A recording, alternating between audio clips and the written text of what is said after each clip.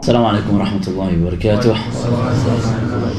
بسم الله الرحمن الرحيم. الحمد لله رب العالمين والصلاة والسلام على نبينا محمد وعلى آله وأصحابه ومن تبعهم بإحسان إلى يوم الدين ما بعد. First of all, I'd like to thank Bayt al-Salam for the invite. Now, many of us have learnt, or if not, read, watched, not Kingdom of Heaven. Hopefully that isn't your go-to story of the noble Salahuddin Al Ayyubi rahmatullah alayh.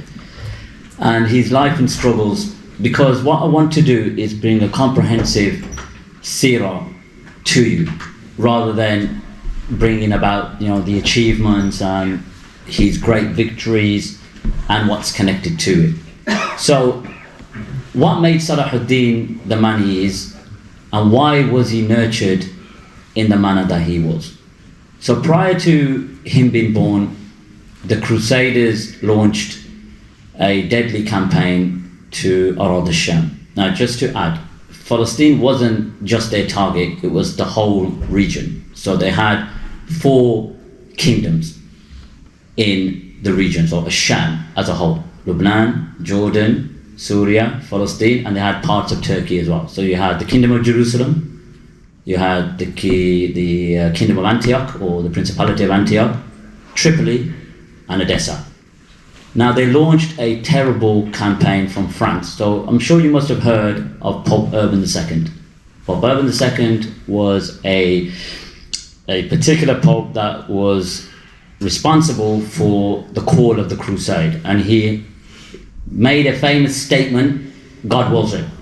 God wills it that if you go to liberate the lands of Palestine, the birth of Jesus, from the Saracens, your sins will be forgiven. Your sins will be forgiven. So let's go into the account and the history of Salahuddin Al Ayyubi. So what I want to do is just make you aware where I have got these sources from, so you're familiar of these books. They are primary sources. So the most notable source that most Muslim speakers use is An-Nawadir al-Sultaniyya fi Mahasin al-Yusufiyya by Bahadin ibn Shaddad. Okay, that's the primary source. He was his personal assistant, born in Mosul and joined him in Syria. So that's the most primary source that we will use first. Number 2 is Ibn Athir in his Al-Kamil fi al-Tarikh. That's another source that we will use for the story of Salahuddin Al Ayyubi. And the third source is Al-Rawdatain fi Tarikh al-Dawlatain by Ushama al-Maqdisi. Now, basically, these are the 2 gardens in the history of the Zengi Empire, so Nuruddin Zengi, and then he also documented the history of Salahuddin Al Ayyubi. So let's go to his early life, because what I'm going to do, I'm going to split this in 3 parts. First, his birth, his early life. Then from his early life, we're going to, after we come to his reign of a sultan, we're going to pause and we're going to talk about his characteristics, his achievements, so you get to know Salahuddin more, and then the struggles. Because I was speaking to the brother coming in, and many of us, and I'm sure when we have read or watched the life from Kingdom of Heaven and whatnot, it stops at the Kingdom of Jerusalem. So once he takes Quds, khalas, it ends there. But little do many know that the struggles of Salahuddin Al Ayyubi rahmatullah alayh was after he took Baytul Maqdis. The main struggles of his life. And we're going to parallel this to what we see today in Al-Aqsa, what's happening in the last 100 days. And you will see the struggles that Salahuddin Al Ayyubi rahmatullah alayh faced is no different to the struggles of Al-Aqsa. And you'll see it firsthand. So where was he born? He was born in the Anbar province in Iraq, in Tikrit. Have you heard of Tikrit? Okay, in Tikrit. And he was of Kurdish background. So Salahuddin rahmatullah alayh wasn't Arab, he was a Kurd. And his father was Ayub bin Shadi. And he had an uncle called Shiruh. Have you heard of Shiruh? Anyone heard of Shiruh, his uncle? So we're going to go into his campaigns with his uncle. This is going to be very comprehensive, but I'm not going to make it too detailed, but you'll understand his early life and what made him the man he was. So his father was a commander under the Zengi ruler Imad al-Din Zengi, who was the father of Nuruddin. Have you heard of Nuruddin Zengi? Yeah. It was his father.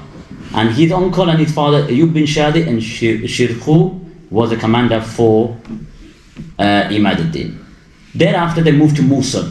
So from Tikrit they moved to Mosul and they settled there, and Salahuddin Al Ayyubi was nurtured and raised by his father.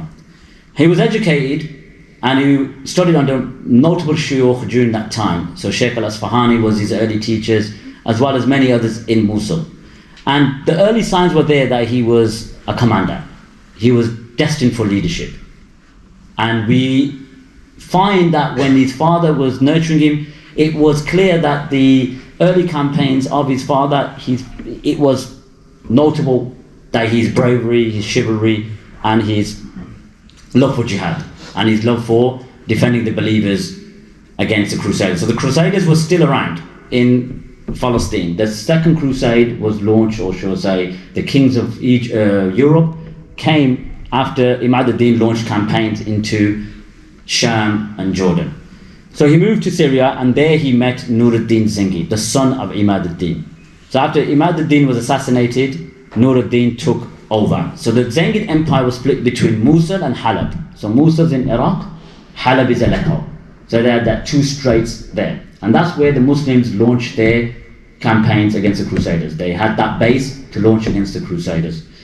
Now going into the campaigns in Egypt, have you heard of the Fatimiyun, the Fatimids?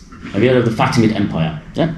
So the Fatimid Empire were a dynasty that adhered to Shi'ism, but a branch of Shi'ism which is heretic, called the Ismailiyya or Batiniya or the Ubadiyya.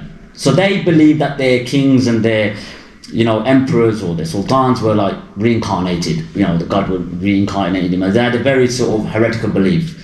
And Egypt had a leader called Shawar. Now Shawar was taken over. There was an internal struggle in Egypt, and Shawar was toppled by a name of Dirham. So it's an internal struggle, but Shawar seeked assistance from Nuruddin. So Nuruddin Zengi rahmatullah alayh answered his call and sent Shirkuh and Salahuddin to help Shawar. So went to support Shawar in Egypt. Now that's very tactical. Why was that? Because Egypt and North Africa and that strait was controlled by the Ismailiyya or the Fatimiyya. So what Nuruddin's tactical plan was to have Ahl Sunnah to have a foothold in Egypt, because the Crusaders were in Palestine and the surrounding areas. So if the Muslims by diplomacy can get their foot in the door in Egypt, that could be another base for them. Egypt could be another launching pad to liberate Palestine and Al-Sham from the Crusaders. So they went, they defeated Dirham, and they placed back Shawar into Egypt. So Asad ad-Din, his name was Asad ad-Din Shirkuh, but they call him Asad ad-Din. These are laqab. So Salahuddin rahmatullah alayh's name was actually Yusuf. Did anyone know this? His name was actually Yusuf. Imad ad-Din, they had their own laqab. Is basically like a special privilege. So like Imad ad-Din means the pillar of religion, Salahuddin means the rectifier of religion, Nuruddin means the light of religion, but they had their own names. Mahmud was Nuruddin's name. So when Egypt was eventually settled, so Shawar was returned back into power, Asad ad-Din Shirkuh returned back to Syria. But in his heart he longed for Egypt. So he realized the terrain, started getting to know this sort of the geography, and he was longing to take over Egypt. I had that plan in the back of his mind. So when he returned back, now all of these statements or all of these quotes are from the historians' works. So Bahaddin Ibn Shaddad is narrating this, and then we're going to get into Ibn Athir later. Now to clarify, Ibn Athir rahmatullah alayh was also in the army as well. Now Bahaddin was a personal secretary, Ibn Athir was also around. So there are primary sources or primary source material that we're using. So as time went on, Shawar was playing a bit of a game between the Crusaders and the Muslims. So he was helping the Crusaders against the Muslims, but at the same time he was trying to aid the Muslims or trying to support the Muslims, but giving intelligence to the Fatimiyun. And then it happened so that it mentions Bahaddin, because أن الشوار يلعب بهم تراة. The Shawar was playing with the Muslims sometimes. وبالفرنج تراة أخرى, and he played with the Faranj as well. The Faranj is the name that the Arabs used for the Crusaders, meaning the French, because they came from France. So the main Crusaders came from France. And it came to the point that the Muslims had enough. Nuruddin had enough and sent Shawar, and he sent Salahuddin and his uncle Shirkuh back to Egypt to take him out, basically. So what happened?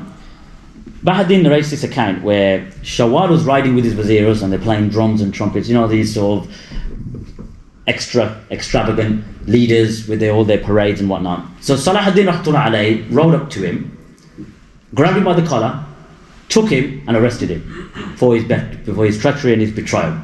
And when they took him to a tent, they placed him in a tent, and Salahuddin Al Ayyubi rahmatullah had him executed. So Shawar's out the picture now. Asad-ud-Din Shirkuh took over. He donned the wazir's garb, and now he is the leader of Egypt. But wazir is more like a minister. There was another Fatimid ruler, but he had no power. So Ahl Sunnah wal Jama'ah now had a foothold in Egypt. So the famous university, Al-Azhar, and many of you heard of the Al-Azhar University? It was founded by the Fatimids from the sort of dynasty, because they believed that they were descendants of Fatima al-Zahra radhiyallahu anha. And that was originally a Shi'i madrasa. It was founded by the Fatimiyun as a Shi'i madrasa. But time turned and it became now, and into this day, it's Ahl Sunnah wal Jama'ah now have multiple ulama that graduate from this historical university. So Asad-ud-Din Shirkuh, okay, when we hear about the lineage of Salahuddin or his ancestors, he loved eating meat. So what happened was, over time, he fell ill because he loved consuming meat, and funny enough, he loved wine as well. Bahadin ibn Shaddad mentioned that when he passed away, he made a dua and he asked Allah subhanahu wa ta'ala to open his heart to leave all the vices that he had, and walillahi alhamdu minna, Salahuddin Al Ayyubi took power and took control. So Salahuddin rahmatullah alayhi now is in Egypt. Okay, he's now in what? In Egypt. And he heard that the Crusaders are launching a raid in Dimyata, which is northern Egypt. And they sent roughly about 600 ships to take over the port or the coastal region of Egypt. And Salahuddin rahmatullah alayhi went there, fortified the coastal region and foiled the plans of the Crusaders.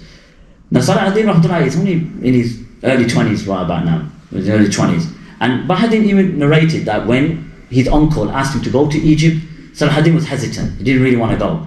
But because his uncle needed him, he went out with him and supported him in the sort of infiltration of the Fatimiyun. So what happened? Salahuddin rahmatullah alayhi took over, and he mentioned Bahadin ibn Shaddad. He mentioned after taking over, what was the plan? He said, when Asad-ud-Din placed Sunnah, placed it in the madrasas and taught the Egyptians the Sunni creed, he said this was at the time when he was a wazir. وَلَكِنَّهُ مُقَوٍ مَدَبَ السُّنَّةِ. He wanted to strengthen the madhab of Ahl Sunnah wal Jama'ah in Egypt. غَارِسٌ فِي الْأَهْلِ الْبِلَادِ عِلْمِ وَالْفِقْهِ وَالتَّصَوُّفُ وَالدِّينِ. Now this is another thing I want to add as well. The term tasawwuf is, everyone gets a little bit of an allergic reaction when they hear that phrase, like tasawwuf, Sufiya and whatnot.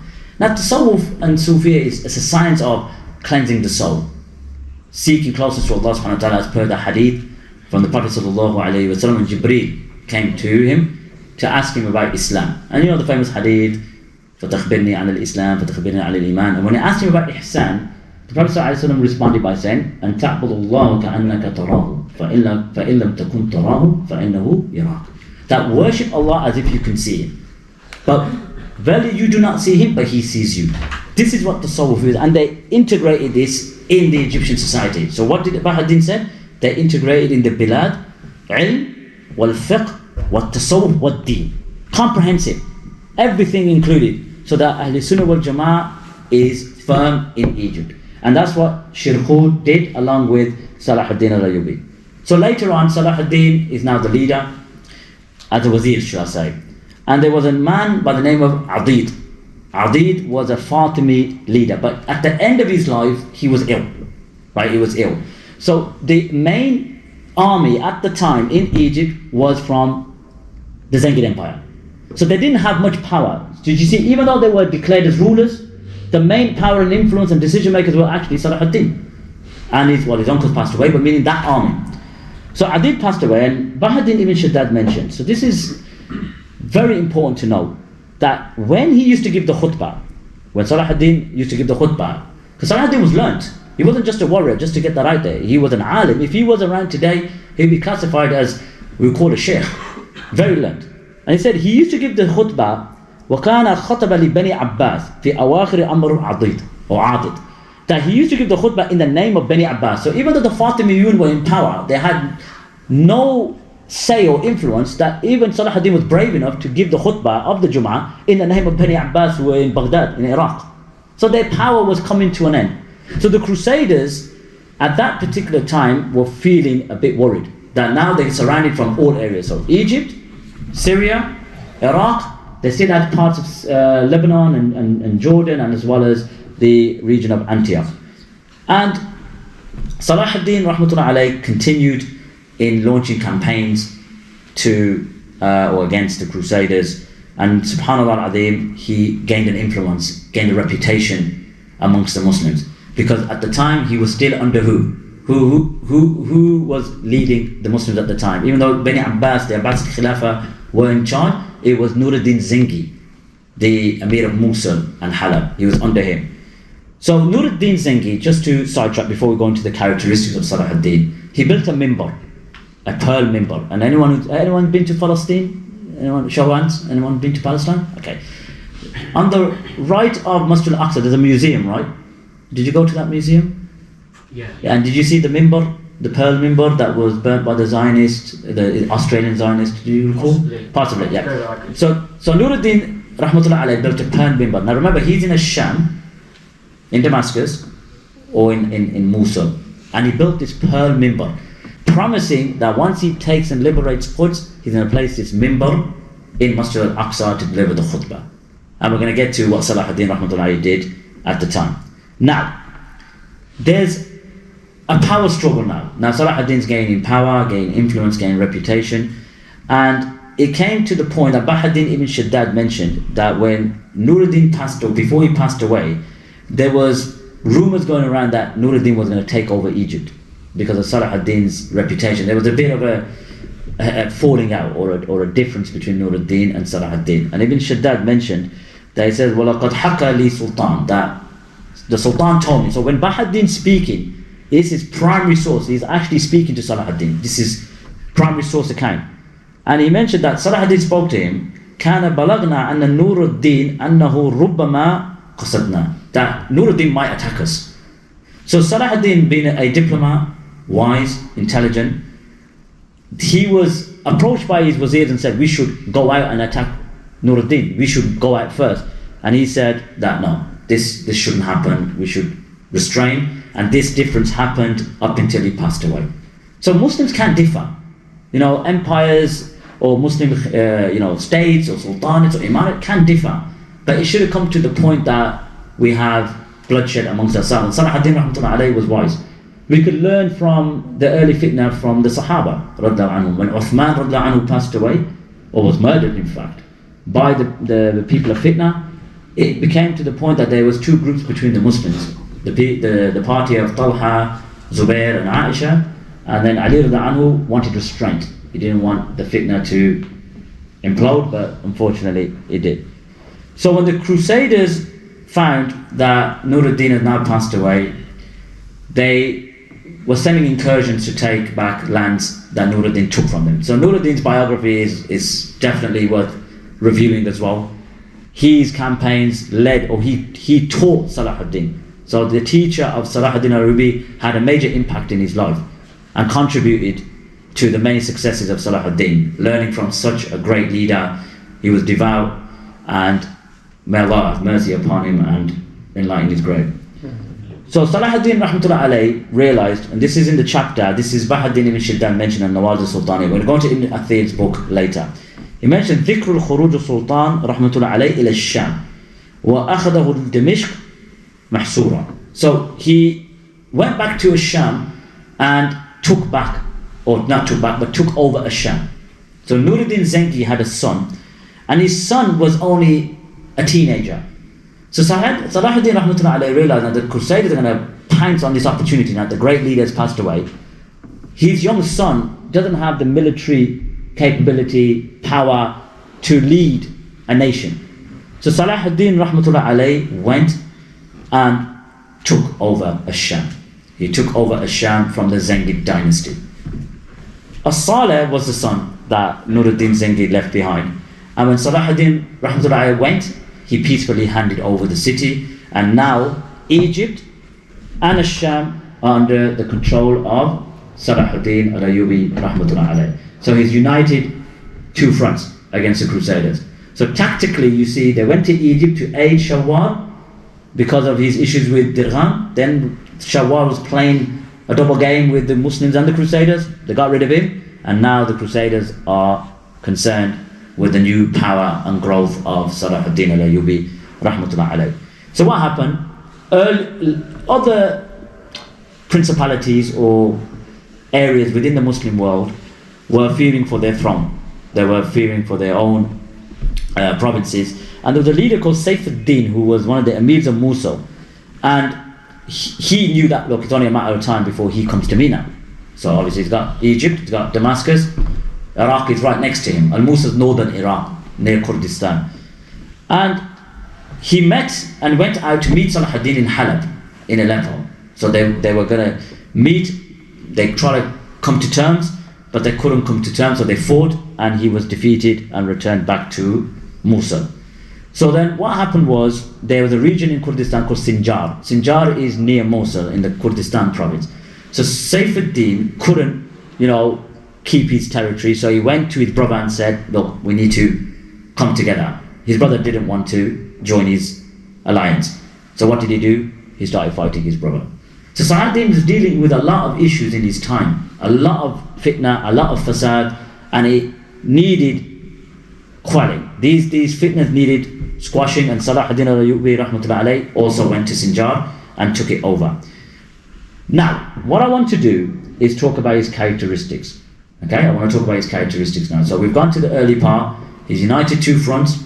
He's defeated the Fatimiyun. The Crusaders are concerned. They sent ships to Damietta. He defeated them. And this new leader, his name is being whispered in the courts of the Kingdom of Jerusalem, the Principality of Antioch, the Principality of Tripoli, and it's a concern for the Crusaders. 20 minutes. So he besieged them in Halab. He besieged them in other places. Salahuddin rahmatullah alayhi never completed Hajj in his life. Never completed Hajj. Even though he was the Emir, he longed to complete Hajj, but unfortunately he didn't have the opportunity. So just to clarify, Salahuddin rahmatullah alayhi had all the wealth. He was a sultan of an empire. But the cause and the issues with the Muslim world was paramount, was at the forefront, and didn't have time to leave behind and go complete Hajj because he didn't have the capability to, because of the travel and because of the occupying forces that were near to him. He loved listening to the Quran, and he always had ulama around him that used to recite Quran in his presence, always. And subhanallah azim, this is what we need. We need to attach ourselves to the Quran. Yes, our numbers, as we know, we need the numbers in terms of military capability, but we need to strengthen our iman as well. And he always attached himself with ulama, fuqaha and huffaz that kept him in check, because the affairs are with the ulama and the hukam. So everything is connected, and this is what made him glorious, and this is what made him successful. Now, he was the bravest of the men. He used to go and out to meet the Crusaders himself. He never used to stay behind. He used to be at the forefront. He used to be leading the armies as well as charging as well. So he wasn't just a man of words, he was a man of actions.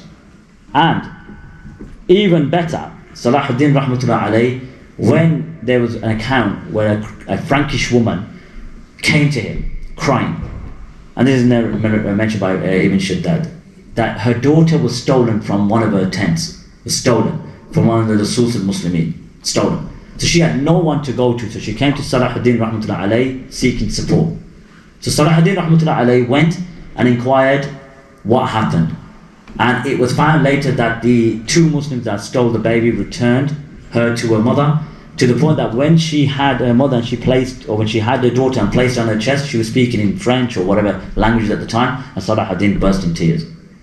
And he punished those who stole the young child. So he wasn't just, this is why his name is known in Europe. His justice was comprehensive. Allah subhanahu wa ta'ala enjoys the believers to be just, and he was. And we'll get to Richard the Lionheart, what he said about him, and the early troubles, and the early, or the fitna after he took Baytul Maqdis.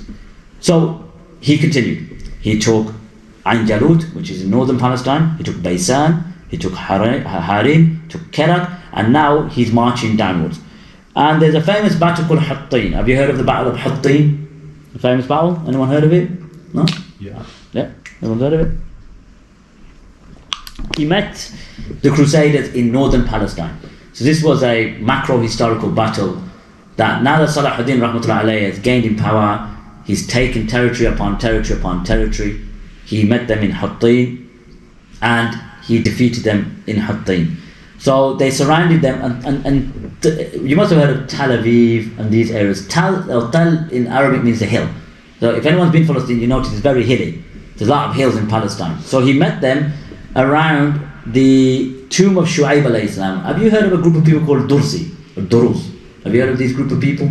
They revere Shu'aib alayhi salam. So this area is where he fought the Crusaders in battle, and the Crusaders gave up. And now Ibn Athir mentioned in the Kamil fi Tarikh that the Kingdom of Heaven is quite prevalent. So Renaud Le Chatillon, I'm sure you heard that in the movie if everyone watched it. He was an imposter. He had a truce with Salahuddin rahmatullah alayhi, and he promised Salahuddin that if I capture him, I'm going to kill him. Because there was a caravan that came, and there was a treaty, so when there's a treaty, you would allow your caravan to pass. He betrayed the treaty, he stole the caravan, so Salahuddin rahmatullah alayhi made a promise that if he ever caught him, he would execute him. So if the battle was in sometime in August, and it was very, very hot.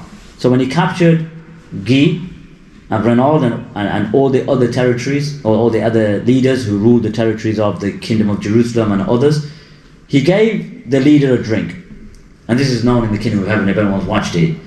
And he gave it to the King of Jerusalem. So Renaud, or in Arabic they call it Arnat, he snatched the drink from Guy's hand and drank it. So Salahuddin rahmatullah alayhi said, I did not give you the drink. And because of his treachery, Salahuddin rahmatullah alayhi chopped off his head. Okay? But when Guy seen this, the King of Jerusalem, he fell to his knees thinking that my turn's next. And he uttered a famous phrase. He says, kings do not kill kings. Kill kings, do not kill kings. And later, the conquest of Jerusalem took place. So now he's going down south. And he took Jerusalem on the 27th of Rajab, as they are saying from the ulama that was the day that the Prophet ﷺ went on the Isra wal Mi'raj, and he took it on the 27th of Rajab. Do you remember I mentioned about the minbar of Nuruddin Zengi?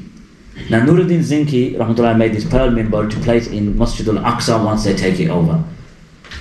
They placed the minbar in the mosque, and Salahuddin rahmatullah alayhi, he lived for the causes of Islam. He lived for Islam, not for his own personal recognition and fame. He asked an individual by the name of Ibn Zakki, and Ibn Zakki gave the first khutbah on the Jum'ah in Masjid Al-Aqsa. And when he delivered the khutbah, not once did he mention Salahuddin, believe it or not. Not once.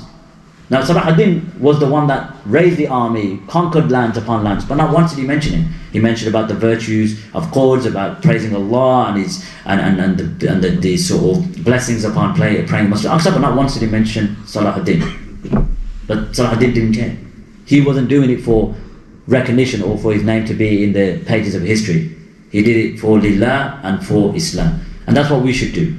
You know, I know we live in sort of a hyperdome society where everything is to do with likes and comments, but put your niyyah and put your attention clean, and Allah subhanahu wa ta'ala will facilitate. And that's what we should do. And this reminder is for myself first and foremost before anyone else.